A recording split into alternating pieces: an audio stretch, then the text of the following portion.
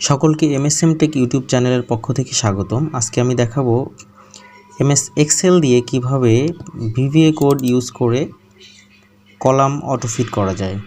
তো তার জন্য প্রথমে আমি এমএস এক্সেল ওপেন করলাম। ওপেন করার পরে একটা ব্ল্যাঙ্ক ওয়ার্কবুক নিলাম।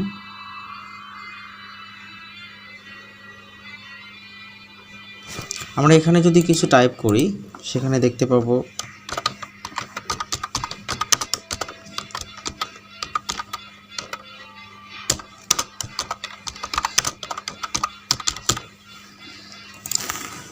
এখানে টাইপ করার ফলে আমাদের এখানে যে লেখাটা আমরা টাইপ করেছি সে টাইপটা কয়েকটি কলাম মিলে নিয়েছে, কিন্তু আমরা চাচ্ছি যে এই লেখাটা একটা কলামের মধ্যেই থাকবে। তার জন্য কলামটা অটো ফিট হয়ে যাবে এবং লেখাটাকে যতটুকু ওয়াইড সেই ওয়াইডটা নিয়ে লেখাটা কলামটা হয়ে যাবে। তো তার জন্য যেই কাজটা আমরা করব সেটা হলো, এখানে দেখতে পাচ্ছি যে আমরা এই লেখাটা আমাদের বি সি এবং ই, বি সি ডি এবং ই এই কয়েকটা কলাম নিয়ে একটা লেখা হয়েছে, কিন্তু আমরা চাচ্ছি একটা কলামে থাকবে এবং সেটা আমরা এই কলামটাকে বড়ও করব না এবং প্রত্যেকটা কলামের জন্য এই জিনিসটা আমাদের অটোমেটিক্যালি ফিট হয়ে যাবে এবং পুরোটা শিটে এটা কাজ করবে। তার জন্য যেই কাজটা করতে হবে সেটা আমরা শিটে রাইট বাটনে ক্লিক করব।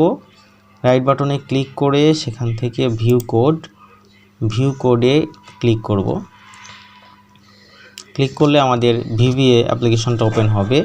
এখান থেকে আমরা জেনারেল এটাই ক্লিক করে অবজেক্টটা সিলেক্ট করে দেব হলো আমরা ওয়ার্কশিট। এরপর আমরা এখানে লিখব Cells.EntireColumn.AutoFit। আমরা অটোফিটটা এখানে সিলেক্ট করে এন্টার করে দেব। এখন এটা কেটে দিয়ে বের হয়ে চলে আসব। এখন আমরা এইটার মধ্যে যা লিখব সব অটোফিট হয়ে যাবে। এই দেখেন এইখানে এই কলামের মধ্যে আমরা যদি কিছু লিখি,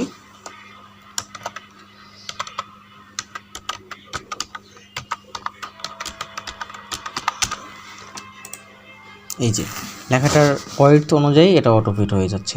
ধন্যবাদ সবাইকে।